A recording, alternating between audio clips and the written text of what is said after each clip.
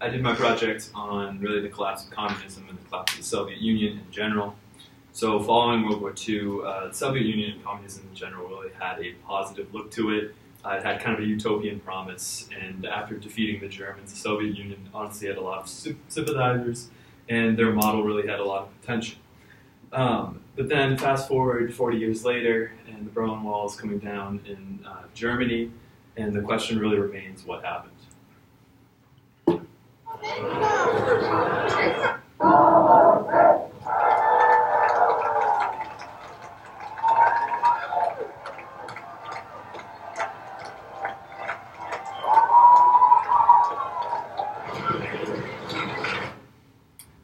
So in many ways, the collapse of Soviet communism came because of leaders like Khrushchev, who introduced reforms, but then kind of scaled back on them and kind of created this environment where people really didn't know what they could do and what they couldn't. Also, Khrushchev's de-Stalinization, the effort of destroying the cult of personality around Stalin, had a pretty big impact on this idea as well, where people thought they could reform and say stuff about their leaders, all of a sudden they couldn't. And at the same time as this kind of reform, there was also a lot of economic failure that came around. Honestly, a lot of mishandling of the budget by the Soviet elite.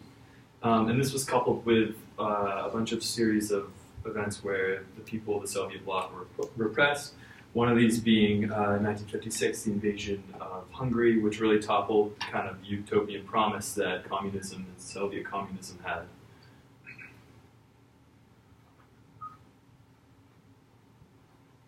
This is Imre, chairman of the Council of Ministers of the Hungarian People's Republic, speaking. In the early hours of the morning, Soviet troops have started an attack against the Hungarian capital with the apparent purpose of overthrowing the local democratic government of the country. Our troops are engaged in battle with the Soviet forces. The government is in its place. So in addition to this, about 10 years later, there was also the invasion of Czechoslovakia, and then really at the end of communism, Gorbachev ordered the attack on the Baltics, such as Lithuania and Latvia. And this was coming at a time of also economic reform by Gorbachev, and he also, and really just like disaster in the Soviet bloc in general. And there was points where some of the countries were actually going back to using horses and carriages to save petrol because things had gotten so bad there. So in the end, the question that can be examined here is really the collapse of communism. Which had kind of the bigger impact? Was it the economic failings of the system, or the discontent caused by the bloody political suppression? And so in the end, the answer is not that simple. It's obviously kind of a combination of both, but what I kind of set out to decide was which had the bigger impact and kind of which caused the other. And so in the end, I was kind of convinced by the economic side that economic failures of the system really was the biggest factor in contributing to the fall of the Soviet Union and communism in general. And I was convinced by 3 points from 3 different authors. David Coates, an economist from UMass Amherst, speaks of an economic system originally designed to meet the needs of the individual, one which would really promote full employment, a lifetime guarantee of a job, free education, and a supply of consumer choice. However, a contradiction emerged from here when Soviet elites kind of lost the original goal. It kind of started to be self-serving. Coates goes on to say that the successor generations of high officials learned to mouth the official socialist ideology, but studies of the Soviet elite in the 1980s show that only a few actually took it seriously. So in the end, the failures of the economic system of the Soviet Union and communism was really because of an elite that really was self-serving and took away the true meaning of the original system.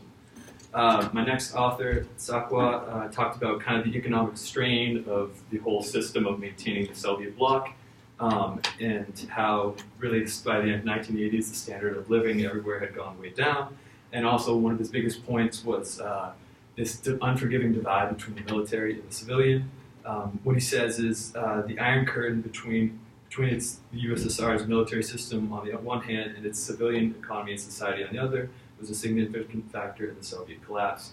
So really they poured a ton of money into military and trying to compete with the US, which maybe didn't have as big of an impact as some people might say, but certainly they poured a lot of money into military, not as much into areas that could improve civilian life. So that was a huge reason for kind of the collapse. My third author really brings a really interesting perspective. He's quoted as saying, "The development of cattle breeding was discussed at the highest level more frequently than the country's budget. In addition, information on the real state of the budget, hard currency reserves, foreign debt, and balance of payments were available only to an extremely narrow circle of people." So this was really interesting as well. Essentially, the Soviets were really bad at balancing the budget and allocating kind of the money where they thought it should go. And that caused a lot of issues because of like not being able to maintain finances and not really knowing where their money was going, or really having a lot of information about what they should do about debt and stuff like that. So in the end, really a simple accounting procedures were a big part of the undoing of the economy and the allocation of resources by the Soviets. And so these economic reasons really convinced me because Klotz's compelling case that the system was not executed the way it was designed. Originally, it may have had a kind of utopian promise and kind of the aim of providing economic prosperity to the individual, but the elite kind of got in the way of that and put the system on the wrong track. Also, Sokow's compelling case that they poured too much into the military, not enough into trade and the kind of domestic policies and the well-being of their own people.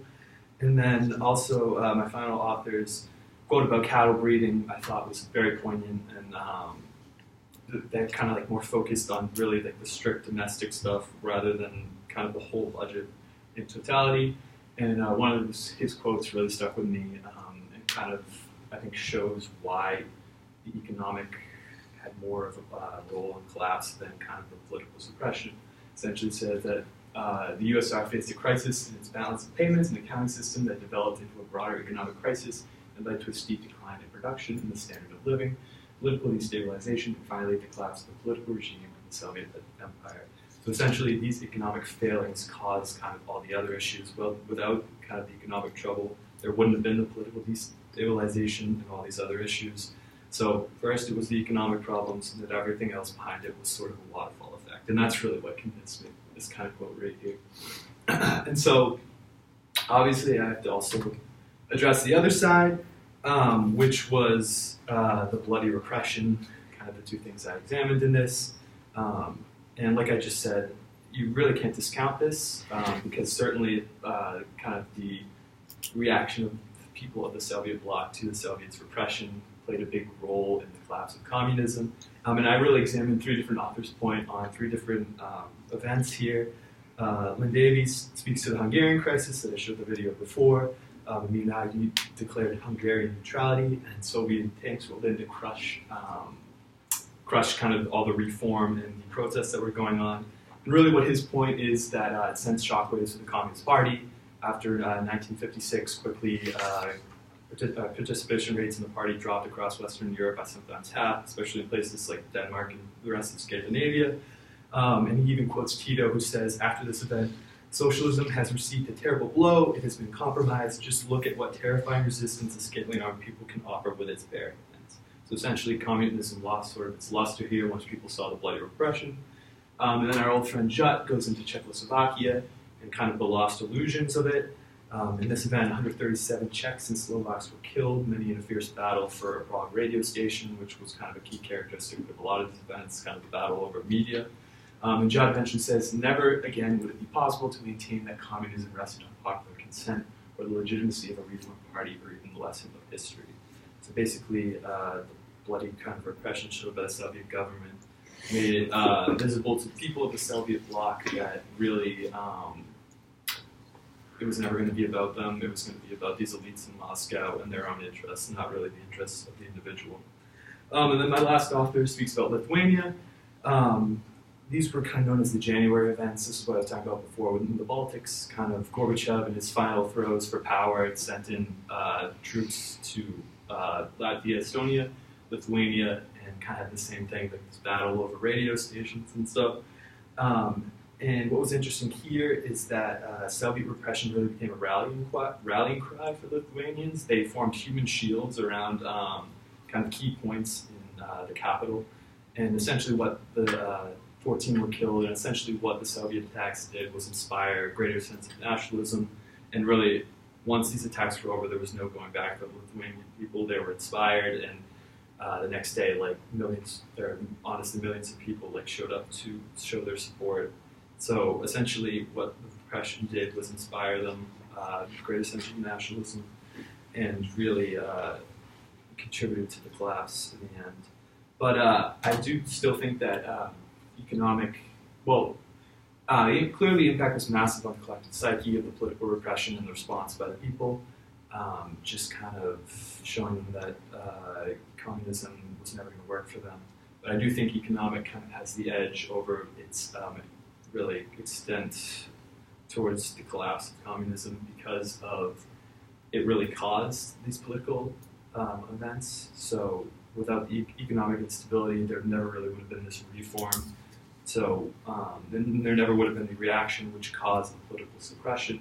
So essentially what I'm saying is that the economic events kind of caused the political suppression. And honestly, if everything was going well economically, people in the Soviet bloc might not have cared so much if they were some like far out countries were repressed, if things were going well back home economically. So in conclusion, what I really say is that the economic failings would have caused the collapse, the political repression a mere symptom. Without kind of the failings of the elites and the collapse of the budget and the mismanagement of the budget, there never would have been the suppression. And although both really contribute to the collapse, the economics were the starting point and the repression the symptoms. Thank you.